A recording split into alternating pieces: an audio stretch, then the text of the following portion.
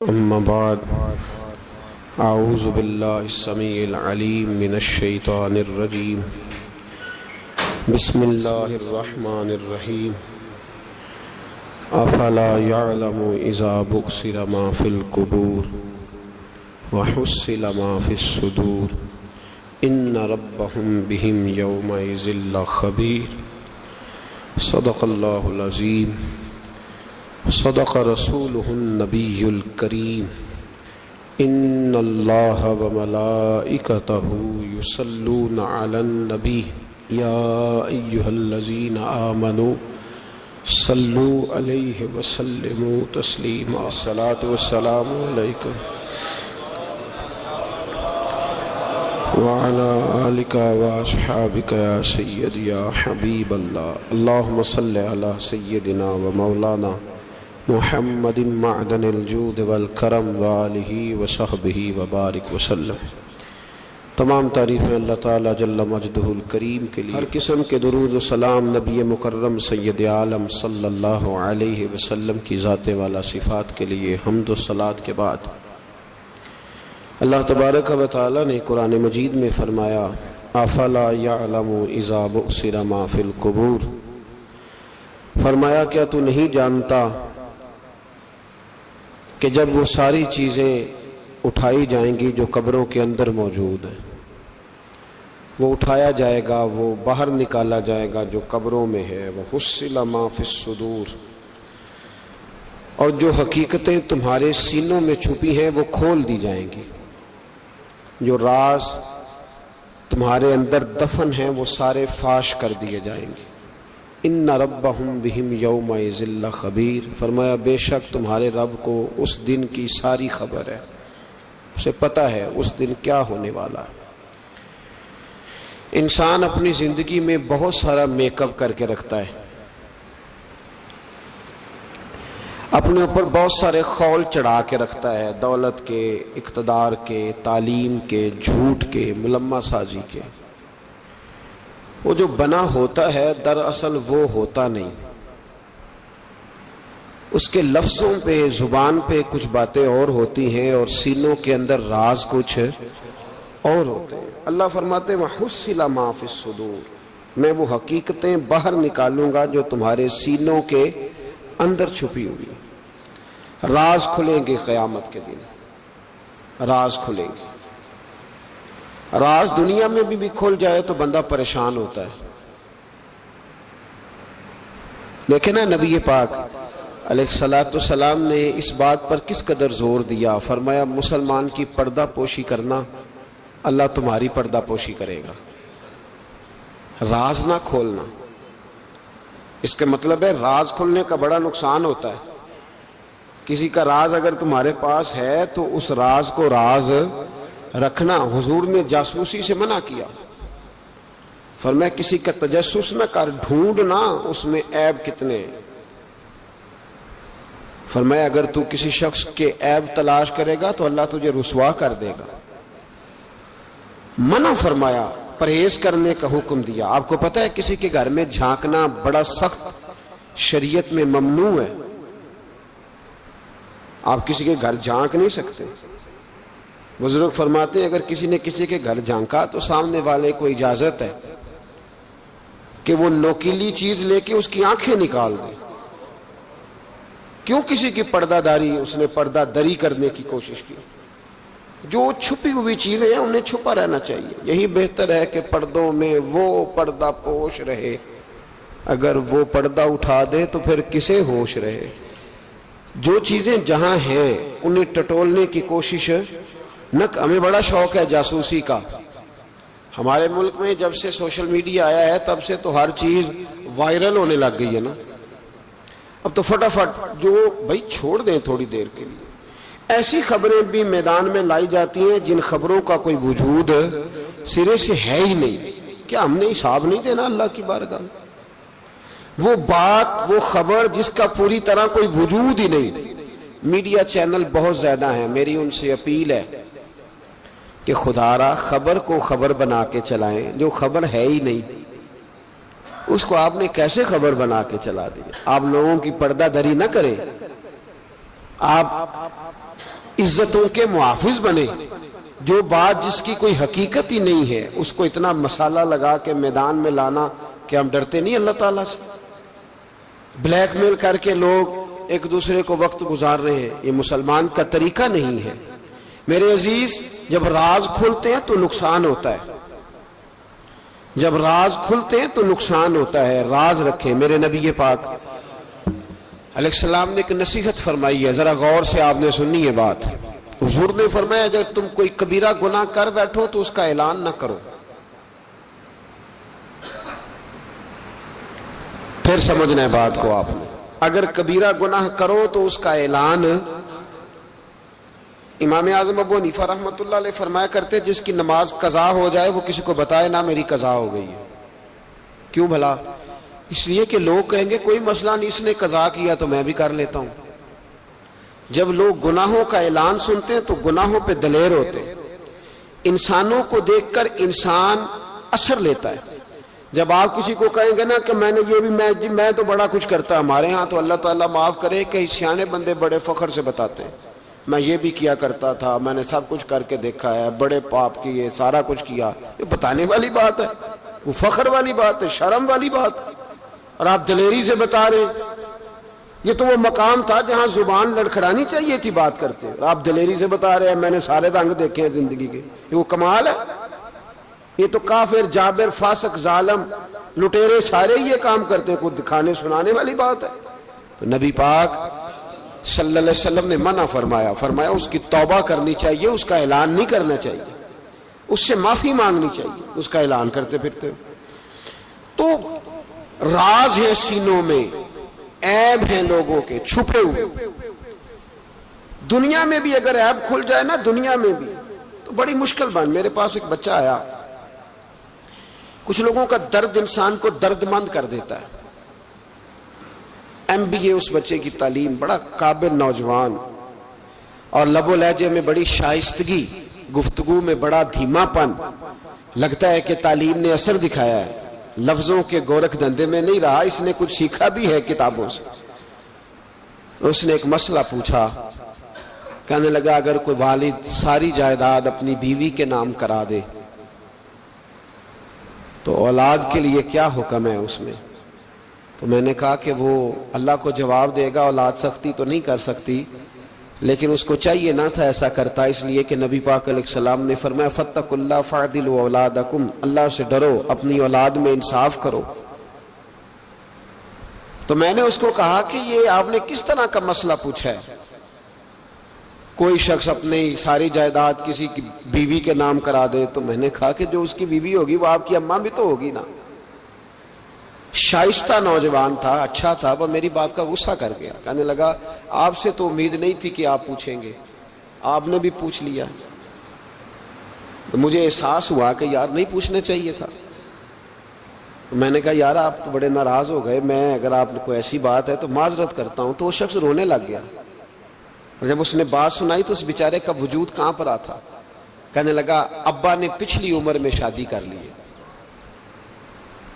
تو میں نے کہا اس کو اللہ رسول اجازت دیتے ہیں. تو آپ کہنے لگا جی وہ تو بات ٹھیک ہے, پر کچھ ایسی باتیں سامنے آئی ہیں کہ جو سامنے نہیں آنی چاہیے تھی.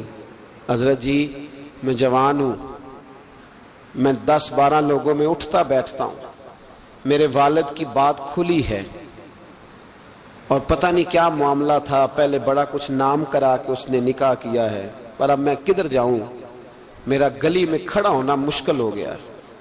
مجھے کوئی کہتا تو کچھ بھی نہیں, لیکن جب لوگ دیکھتے ہیں نا میری طرف, جب لوگ میری طرف دیکھتے تو مجھے احساس ہوتا ہے کہ ان کی نظروں میں سوال ہیں. مجھے لگتا ہے کہ ان کی ذہنوں میں بہت ساری باتیں چھپی ہوئی. کچھ نکاح ہوتا تو بات اور تھی, کچھ ایسی باتیں سامنے آئی ہیں جو آنی. میں نے اسے معذرت بھی کی, اسے تسلی بھی دی, اور جو میرے سے ممکن ہو سکتا تھا میں نے اس کو کہا. لیکن اس نوجوان کے جانے کے بعد اس کے رستوں کو بھی میں دیکھتا رہا تو میں سوچنے لگ گیا یار دنیا میں ہمارا راز کھل جائے تو اتنا مشکل ہو جاتا ہے, تو جب قیامت میں راز کھلے گا. دنیا میں دیکھیں نا ہمارے ہاں لوگ اگر برا جانتے بھی ہیں تو وہ اللہ ماشاءاللہ معاذ اللہ غیبت کرتے ہیں, سامنے آ کے بات یہی مزاج ہے نا معاشرے کا کہ لوگ بہت بڑا ظلم کرتے ہیں، اپنی جان پر غیبت کرتے ہیں، سامنے آ کے بات تو قیامت میں تو ہر چیز سامنے ہوگی، ہر چیز سامنے آ جائے، کھل کے بات سامنے آئے، کس نے کیا کیا، اپنے عہدے کے ساتھ جس جگہ وہ بیٹھا تھا اس منصب کے ساتھ اس نے کتنی وفا کی یہ بھی پتہ چلے گا، کتنا دھوکہ دیا یہ بھی خبر ہوگی۔ بہت سارے لوگ جعلی ڈگریاں لے کے نہیں بیٹھے ہوئے، لے لیا نا عہدہ، ان کی تنخواہ جائز ہے ان کے لیے، بولے تو یہ راز کھلے گا کہ نہیں کھلے گا قیامت میں؟ حد ہو گئی اس ملک کے اندر کہ یہ 1 درجن بندے کی بات نہیں، یہ 1.5 درجن بندہ نہیں، یہ تو کیا بتائیں۔ اور ہم دنیا میں اپنا کون سا منہ لوگوں کے سامنے کریں کہ یہ ایک لائن ہے لمبی، ڈگری جعلی، کاغذ کا ایک ٹکڑا لیا تو وہ بھی جعلی۔ میرے عزیز یاد رکھیں اور ضرور اس پر غور کریں، یہ چیزیں جب قیامت میں کھلیں گی تو مسائل پیدا کریں گی، اور اللہ کہتا ہے میں کھولوں گا، میں یہ تمہاری چیزیں، جو ٹیچر، جو ڈاکٹر، جو کلرک، جو بیوروکریٹ 2 سال کی چھٹی لے کے سیر کرنے چلا جاتا ہے اور وہاں لکھ کے دے جاتا ہے کہ میں مجھے بخار چڑھا ہوا ہے، میں تو بڑا سخت بیمار ہو گیا ہوں، تو میرے اندر کا سارا نظام گڑبڑ ہو گیا، دوائی لینی ہے، ٹھیک ہے چھٹی مل گئی، قانون میں کمزوریوں کا فائدہ اٹھایا، تو جب قیامت میں راز کھلے گا یہ تو سیر کرنے گیا تھا، موج کرنے گیا تھا۔ یہاں تو لوگ نوکری لے کے خوشحال ہو جاتے ہیں، کہتے ہیں جی اللہ کا بڑا فضل ہے، میں 2 گھنٹے جاتا ہوں۔ میں نے کہا فضل نہیں، یہ آزمائش ہے، یہ شرم والی بات ہے جو دلیری سے تو کہہ رہا ہے، یہ شرم حیا والی بات ہے۔ تو 8 گھنٹے کی، میں نے پہلے بھی بتایا تھا، محدث اعظم پاکستان حضرت مولانا سردار احمد صاحب رحمۃ اللہ تعالی علیہ ایک استاد کو رکھنے لگے ادارے میں پڑھانے کے لیے، استاد کے ساتھ وظیفہ طے ہوا، سمجھ لیں کہ 10,000 روپیہ تجھے ماہانہ دیں گے، صبح 8 بجے سے لے کر 1 بجے تک تو نے پڑھانا ہے۔ استاد نے سائن کر دیے پڑھاؤں گا، تو آپ فرمانے لگے استاد جی آپ روٹی نہیں کھائیں گے اس دوران، پیشاب نہیں آئے گا آپ کو، پانی نہیں پیئیں گے؟ حضور پینا ہے، تو فرمانے لگے لکھا کیوں نہیں؟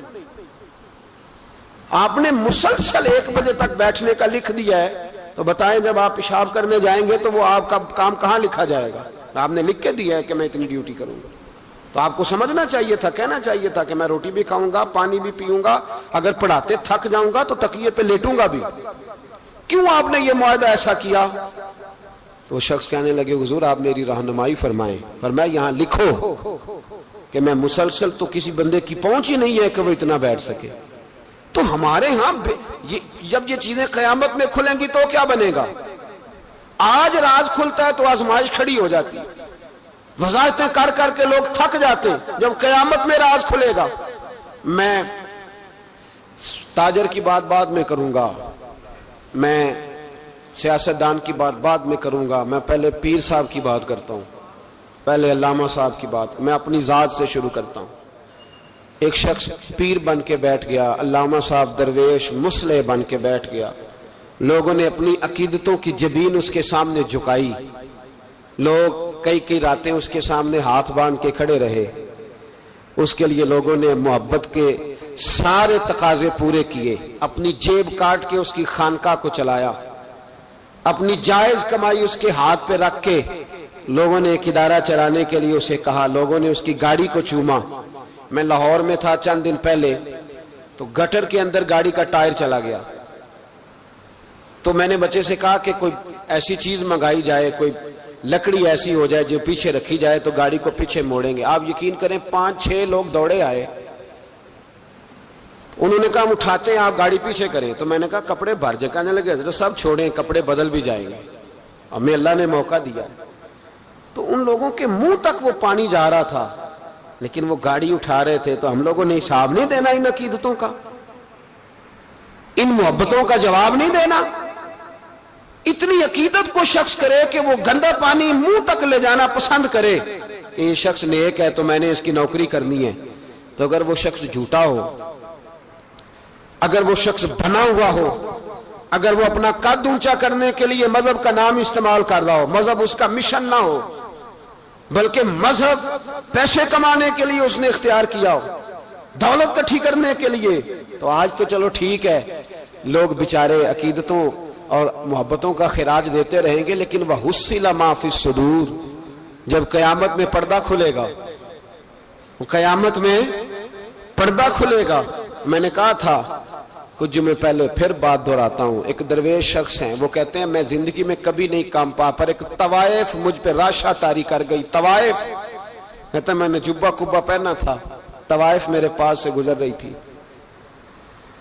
تو میں نے اس کو کہا کہ بچے باز آ جا، اللہ اللہ کیا کر، چھوڑ دے.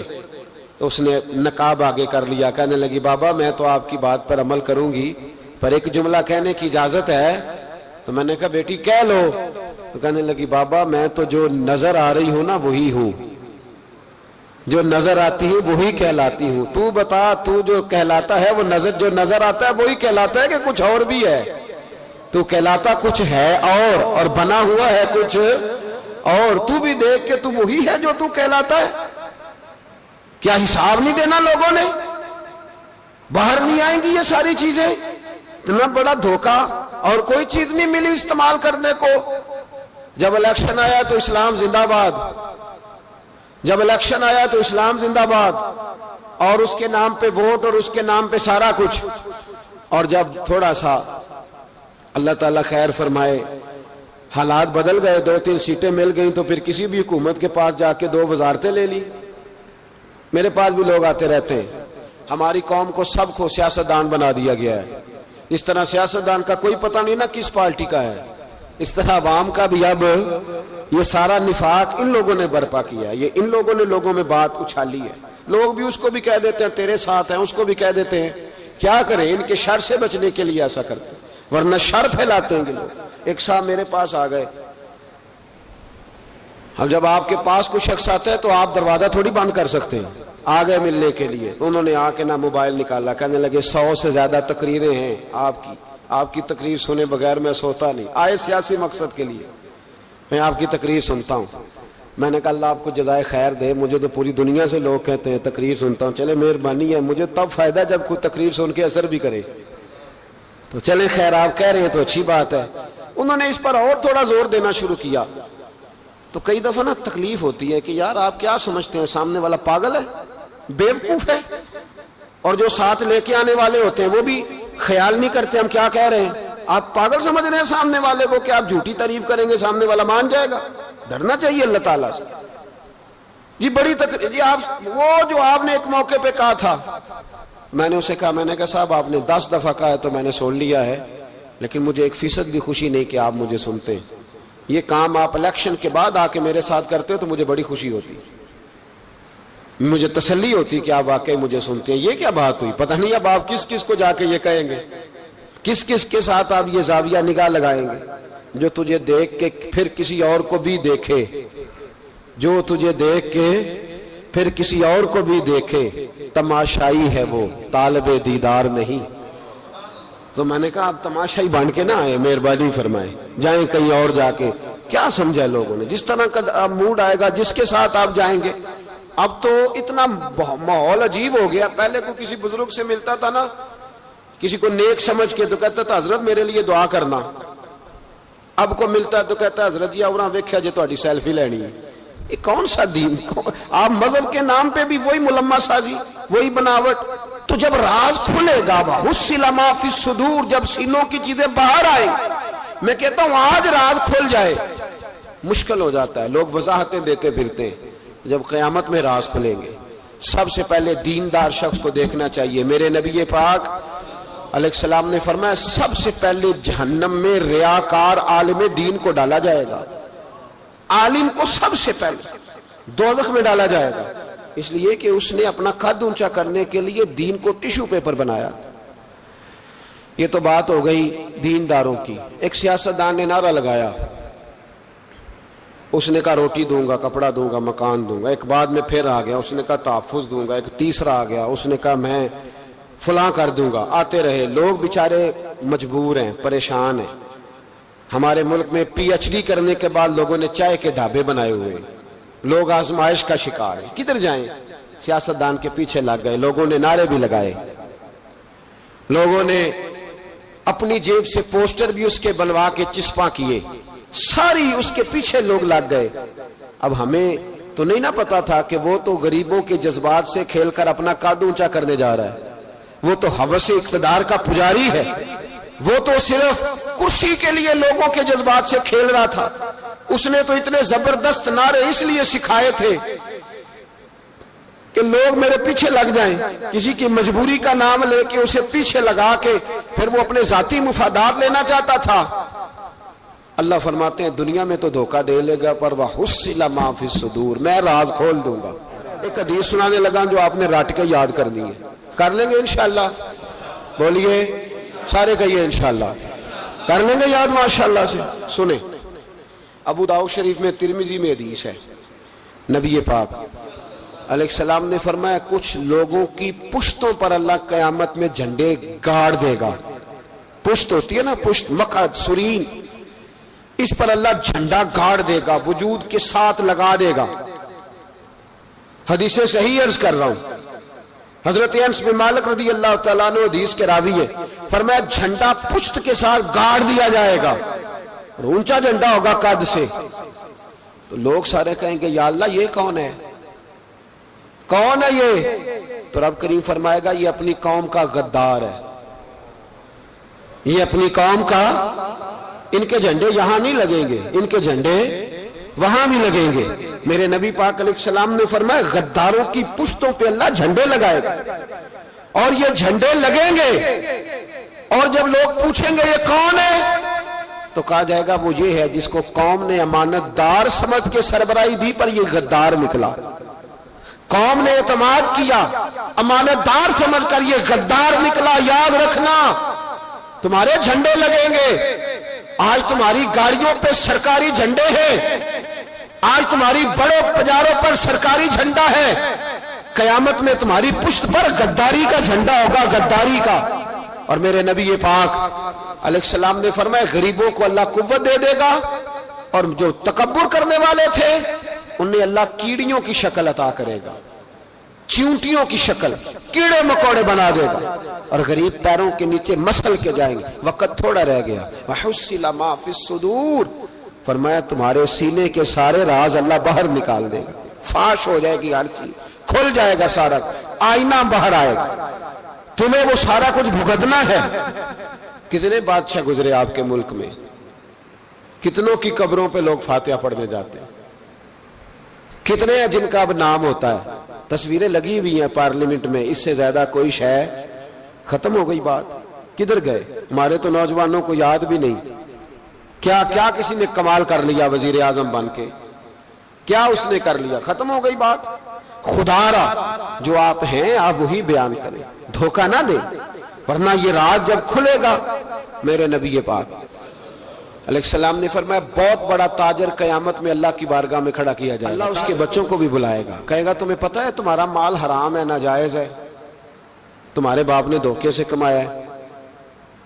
تو نبی پاک علیہ السلام نے فرمایا، امام سیوطی نے حدیث لکھی ہے، نبی پاک فرمانے لگے وہ اولاد اپنے باپ پہ مقدمہ کر دے گی. وہ جن کو دے گیا نا کہ وہ والا پلاٹ بھی تیرا، وہ والا بھی تیرا، وہ والا بھی، وہ مقدمہ کر دے. وہ کہیں گے اے اللہ ہم نے اسے کہا تھا ہمیں ناجائز مال دے، اس سے پوچھ اس نے کیوں کمایا. میرے مصطفیٰ کریم علیہ السلام فرماتے ہیں احد پہاڑ کے برابر اس کی نیکیاں ہوں گی، لیکن جرم یہ ہوگا کہ کمائی حرام تھی، تو اللہ کریم ان بچوں کے مقدمے کی وجہ سے باپ کو جہنم میں داخل کر دے گا. یہاں وہ سخی بھی بن کے گیا ہے، یہاں وہ کہتا، وہ کہانیاں سنایا کرتا تھا کہ میں بڑی محنت سے آگے گیا ہوں. وَحُصِّلَ مَا فِي الصُّدُورِ، میں تمہارے سینوں کی چھپی چیزیں راز کھول دوں، راز فاش ہو، تمہیں ہر چیز دیکھنی پڑے گی. میرے رسول پاک علیہ السلام کی ایک حدیث بڑی انفرادی ابن حجر نے لکھی. میں تو اس حدیث کو پڑھ کے میں نے کتاب بند کر دی. میں نے کہا اللہ ہمیں معاف کرے. نبی پاک علیہ السلام نے فرمایا جس کو امین بنایا گیا اور اس نے خیانت کی، وہ کسی جگہ کا بھی امین تھا، وہ ممبر رسول کا امین تھا یا ڈاکٹر کی کرسی کا، وہ کسی سکول کے ادارے کا امین تھا یا حکومت میں کسی عہدے پہ، جسے امین بنایا گیا. توجہ ہے میری بات پر؟ جسے امین بنایا گیا اس نے خیانت کی، تو اس نے جس چیز کی خیانت کی ہوگی وہ چیز قیامت کے دن اس کی گردن کے ساتھ لٹکی ہوئی ہوگی. گردن کے ساتھ. محبوب فرمانے لگے ایک شخص آئے گا اس کی گردن پر اونٹ بیٹھا ہوگا. اور حدیث کے لفظ یہ ہیں، حضور فرماتے ہیں مجھ سے فریاد کرے گا یا رسول اللہ میری مدد کرے، تو میں اسے کہوں گا میں نے تجھے سمجھایا نہیں تھا، اب تیرے بارے میں اللہ فیصلہ کرے گا. پھر ایک اور شخص آئے گا تو اس کی گردن کے ساتھ، اس نے چونکہ گھوڑے چرائے تھے تو اس کی گردن کے ساتھ گھوڑے لٹکے ہوئے ہوں گے، گھوڑے. اللہ اکبر. تو وہ فریاد کرے گا حضور میری مدد کرے. ذرا یہ چیزیں بھی جاگ کے سنا کرے. آپ شفاعت رسول کے موضوع پر نعرے لگاتے ہیں، پہلے یہ بھی تو دیکھیں نا حضور سفارش کریں گے کس کی، اس پر بھی ذرا غور فرمائیں. وہ جو سبحان اللہ ماشاءاللہ والا عنوان ہوتا ہے اس پہ کہتے ہیں ماشاءاللہ جی آج تو پتہ چل گیا جنتی ہیں. او بھائی جنت کی سڑک پہ بھی تو چڑھنا ہے کہ نہیں؟ وہ رستہ بھی اختیار کرنا ہے کہ نہیں؟ کہ آپ کا خیال یہ ہے کہ آپ کو ہیلی کاپٹر کے ذریعے جنت میں ڈال دیا جائے، کچھ کرنا نہ پڑے. عزیز بھائی، میرے نبی پاک علیہ السلام فرمانے لگے کچھ لوگ ایسے ہوں گے کہ ان کی گردنوں کے ساتھ بکریاں ممنا رہی ہوں گی، گدھے ہنہنا رہے ہوں گے. فرمایا وہ فریاد کریں گے تو میں کہوں گا تمہیں سمجھایا نہیں تھا. اور پھر حضور فرماتے ایک شخص آئے گا جس کی گردن کے ساتھ اژدہا بندھا ہوگا، اس کے منہ کو ڈسے گا تو وہ کہے گا اسے پیچھے ہٹاؤ. اور پھر اس سے کہے گا اژدہے سے تو ہے کون؟ تو وہ کہے گا میں تیرا وہی مال ہوں جسے تجوری میں سنبھال کے رکھتا تھا، آج میں تیری گردن سے لپٹ گیا ہوں تو کہہ رہا ہے پیچھے ہٹ جا. بھائی راز کھلے گا، آپ یقین کریں اچھے لوگوں کے جب راز کھلیں گے قیامت میں تو موج لگ جائے گی. راز صرف بروں کے نہیں کھلیں گے، اچھے لوگوں کے بھی راز. توجہ ہے میری بات پر؟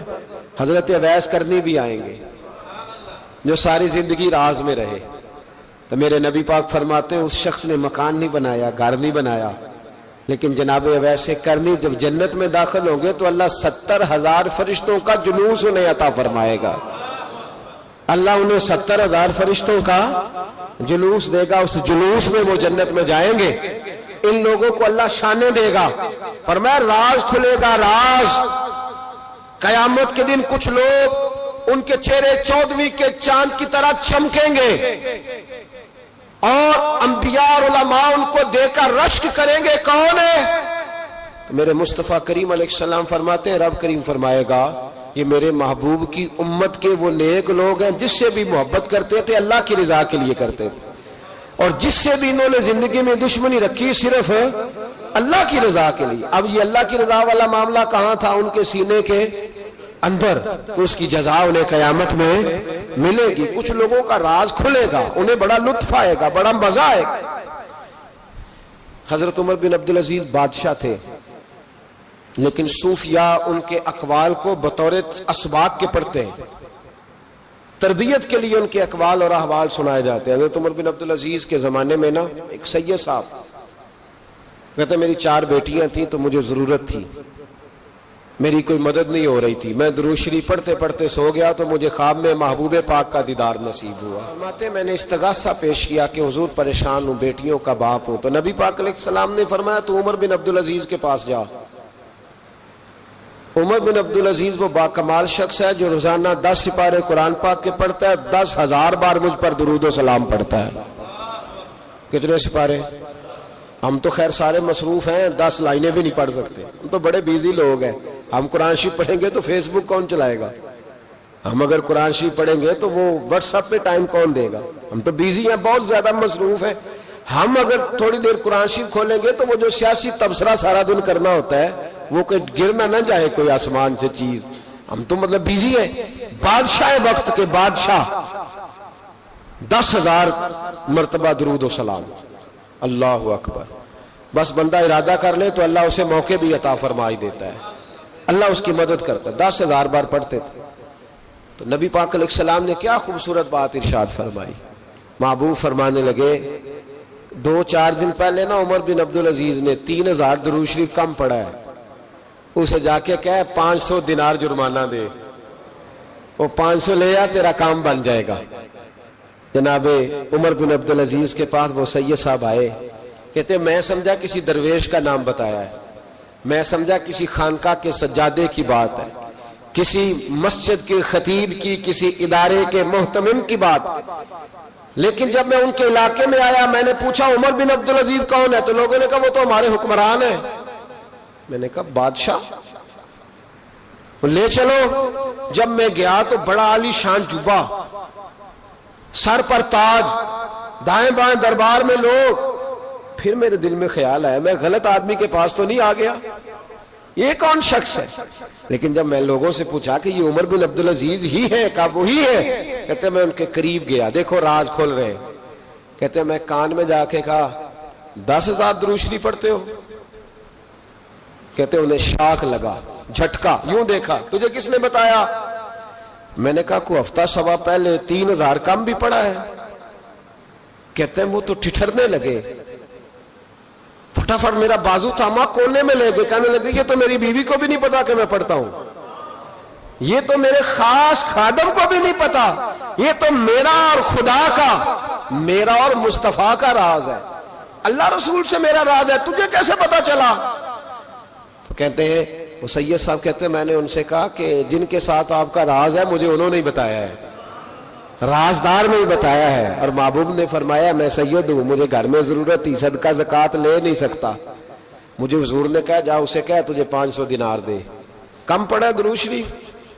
تو کہتے ہیں حضرت عمر بن عبدالعزیز ایک ستون کے پاس چلے گئے اور ستون پر انہوں نے بازو رکھے، چہرہ رگڑ کے چیخے مار کے روئے، تو امیر حرم، میں غریب بے نوا، تو کجا من کجا، کتھے مہر علی تے کتھے تیری ثنا، گستاخ اکھیں کتھے جاڑیاں، کیسے آقاؤں کا بندہ ہوں رضا، بول بالے میری سرکاروں کے۔ رونے لگے، اتنا روئے کہ ان کی تڑپ سے میں بھی رونے لگا۔ فرماتے ہیں میرے اندر بات تھی کہ یہ درویش ہونا چاہیے تھا، یہ ماجرا کیا ہے؟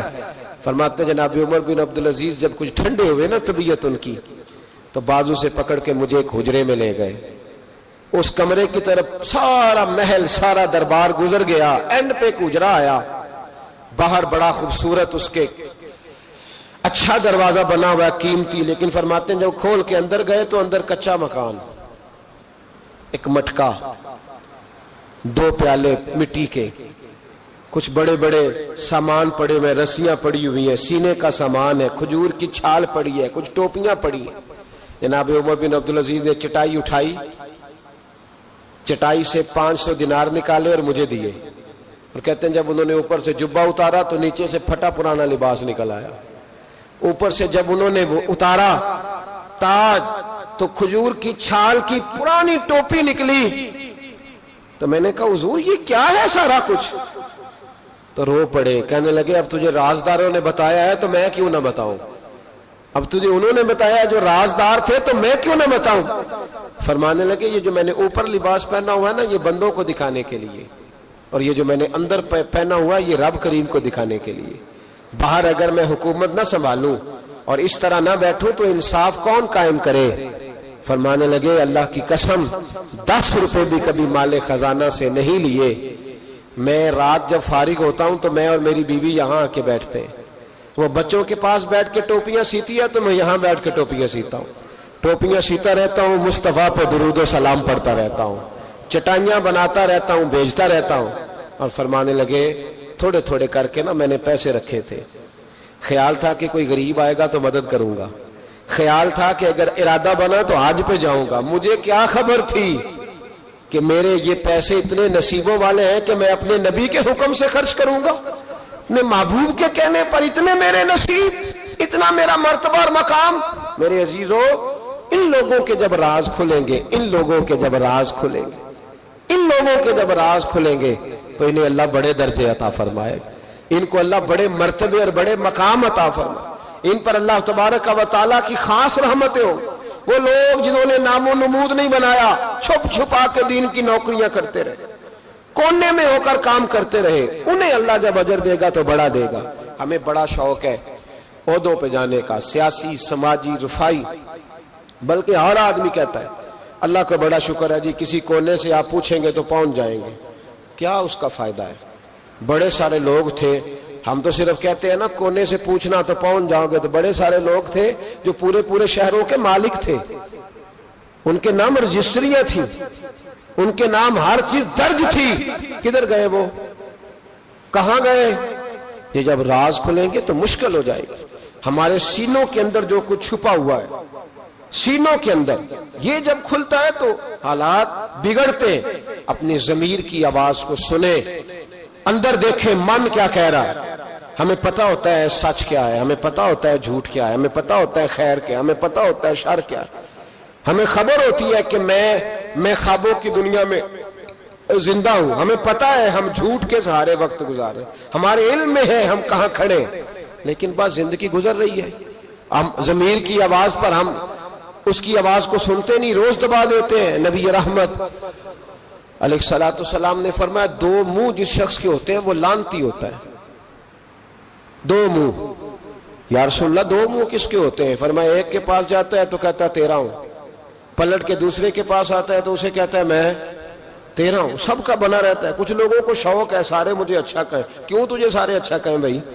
وجہ بالکل نہیں کہنا چاہیے، بالکل نہیں. اگر سارے لوگ رب رسول کے بارے میں معاذ اللہ درست نہیں ہے، بڑے کافر نہیں پائے جاتے دنیا میں. اتنی بڑی ہستیوں پر جب دنیا کا اجتماع مکمل نہیں ہو سکا تو نے یہ کیسے دعویٰ کر لیا سارے مجھے صحیح کہیں؟ کیوں تو اس چکر میں ہے؟ ساروں کا صحیح کہنا ضروری نہیں، تیرا صحیح ہونا ضروری ہے. لوگوں کا تجھے صحیح سمجھنا ضروری نہیں، تیرا صحیح، بولیے، تیرا صحیح ہونا. مکہ تو سارا مخالف تھا، عرب تو سارا مخالف تھا. اب اگر بات یہی ہوتی تو پھر ابو بکر صدیق کو چاہیے تھا نا جدھر سارے جا رہے ہیں ادھر جاتے. انہوں نے یہ نہیں دیکھا کہ لوگ کیا کہہ رہے ہیں، انہوں نے یہ دیکھا کہ میرا ضمیر کیا کہہ رہا ہے. اندر دیکھے، اندر سینوں کے راز جو چھوئے، پتہ ہے صحیح کہ کیوں جھوٹ کی زندگی گزارتے ہیں، کیوں دوگلا پالسی سے وقت گزارتے ہیں، کیوں ہم اس طرح کرتے ہیں. اندر دیکھیں، اندر جھانکیں. اندر گواہی دیتا ہے آپ کا کہ حق کیا ہے، سچ کیا ہے. اندر سے پوچھیں. حضرت وابسہ رضی اللہ تعالیٰ عنہ حضور علیہ السلام کے صحابی ہیں، کہتے ہیں میں گھر کے اندر تھا تو میرے دل میں خیال آیا میں حضور سے پوچھوں نا نیکی کیا ہوتی ہے اور بدی کیا ہوتی ہے، خیر کیا ہے شر کیا ہے، پوچھوں نا. کہتے ہیں میں گھر کے اندر ارادہ کیا، ارادہ کر کے میں مسجد نبوی میں پہنچا تو رش تھا، بہت سارے صحابہ بیٹھے تھے. میں پیچھے بیٹھ گیا تو محبوب فرمانے لگے ادنو منی یا وابسہ، وابسہ میرے قریب آ جا. فرماتے ہیں میں آ کے درمیان میں بیٹھ گیا تو حضور مسکرا کے فرمانے لگے چل اور قریب آ جا. اور قریب آیا تو حضور کہنے لگے ادنو منی، چل یار اور قریب آ جا. کہتے میں اتنا قریب آیا کہ میرے گھٹنے حضور کے مقدس گھٹنوں سے مس ہونے لگ گئے. حضور نے فرمایا کیسے آئے ہو، کیسے آئے؟ کہتے ہیں میں بولنے ہی لگا تھا کہ حضور فرمانے لگے تو بتائے گا کیا پوچھنے آیا کہ میں بتاؤں؟ موج ہے آج، محبوب کا دروازہ رحمت کھلا. فرمایا میں نہ بتاؤں تو کیا پوچھنے آیا تھا؟ کہا حضور آپ بتائیں تو پھر تو کمال ہو جائے. تو محبوب نے فرمایا تو نے زبان سے تو نہیں کہا پر دل میں تو سوچ کے آیا تھا. آج حضور سے پوچھوں گا نیکی کیا ہوتی ہے، بدی کیا ہوتی ہے. کہتے میرا چہرہ کھل اٹھا. میں نے کہا حضور واقعی آپ اللہ کے سچے رسول ہیں، یہی پوچھنے آیا تھا. نبی پاک نے میرے سینے پہ ہاتھ مارا. میں جا میں نے تیرے دل کو دین کا عالم بنا دیا ہے، اپنے دل سے پوچھ لے، تیرا دل ہی تجھے فتویٰ دے دیا کرے گا. آج کے بعد تیرا دل تجھے بتائے گا کہ نیکی کیا ہے اور بدی. بولیے نیکی کیا ہے اور بدی کیا ہے، تیرا دل تجھے بتائے گا. اس سے فتویٰ لے لے، پوچھ لے نیکی کیا ہے بدی کیا ہے. او بھائی ضمیر کی آواز سنے، پوچھے یہ آپ کو کیا کہہ رہا. ہمیں پتہ ہوتا ہے ہم غلط ہیں، صحیح نہیں چل رہے. کس بات کا انتظار ہے؟ موت کا، گاڑی کی ٹکر ہونے کا؟ ہم کس بات کا انتظار کر رہے ہیں کہ جب رپورٹ کرائیں تو اس کے اندر کوئی بیماری نکل آئے؟ کس بات کا انتظار کر رہے ہیں جب ڈاکٹر ہمیں کہے کہ بس کھانا پینا بند ہے اب آپ کا، بس دوائیوں پہ، اس وقت کا انتظار ہے؟ لوگوں کو ذرا کوئی بیماری کی کھینچ لگتی ہے تو 4 دن سوچتے ہیں اب میں بالکل نیک ہوں، صحیح ہو جاتے ہیں تو انہی چکروں میں. او خدا کے بندو اندر کی آواز سنو. آپ کے اندر سے روز آواز آتی ہے کہ نمازیں 5 ہیں تو 5 پوری پڑھنی چاہیے. آپ کے اندر سے آواز آتی ہے کہ میری بقا قرآن پاک میں ہے، مجھے قرآن روز کھولنا چاہیے. آواز آتی ہے کہ میں اس درویش کے جا کے آستانے میں بیٹھوں گا تو میں بچ جاؤں گا. کیوں ضمیر کے قیدی بنے ہوئے ہو؟ کیوں خول توڑ کے باہر نہیں آتے؟ یہی تو خول ابو جہل نے طاری کر لیا تھا. وہ کہتا تھا چدراہٹ کا کیا بنے گا، کام کر لوں، یہ کر لوں، وہ اس خول کو توڑ دو، باہر نکل آؤ، آواز پہ لبیک، کس بات کا انتظار ہے؟ کب؟ جو 35 سال زندگی گزار چکا ہے وہ آدھی جی چکا ہے، آدھی گئی اور باقی آدھی پتہ نہیں ہے کہ پتہ نہیں ہے۔ کس بات کے انتظار ہے؟ جب راز کھلیں گے مشکل ہو جائے گی۔ اللہ بڑے موقع دیتا ہے، اللہ ہمیں سمجھنے کے بڑے موقع دیتا ہے۔ میرے نبی پاک علیہ السلام فرماتے ہیں اللہ قیامت کے دن تم سے پوچھے گا کیا میں نے تمہیں زندگی نہیں دی تھی، تمہیں شعور کی دولت نہیں دی تھی؟ اللہ تم سے پوچھے گا کیا تمہیں سوچنے کی طاقت نہیں دی تھی؟ اللہ تم سے پوچھے گا ٹھنڈے پانی سے تمہیں سیراب نہیں کیا تھا؟ کون سی ایسی نعمت تھی جو تمہارے گھر کے دروازے تک نہیں پہنچائی؟ حضرت ابو الحسن رحمت اللہ علیہ ایک جملہ کہا کرتے تھے اور کمال کرتے تھے، فرماتے تھے قیامت میں لمبی چوڑی بات نہیں ہوگی، دو ہی باتیں ہوگی۔ فرماتے ہیں اللہ پوچھے گا بندے سے، او بندے میں تو تیرا تھا، تو بتا تو کس کا تھا؟ دو ہی باتیں۔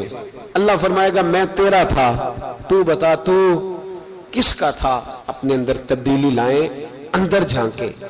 یہاں راز کھل جائے تو آزمائش کڑی ہے، بتلائیے جب قیامت میں راز کھلے گا کتنی مشکلات ہوں گی۔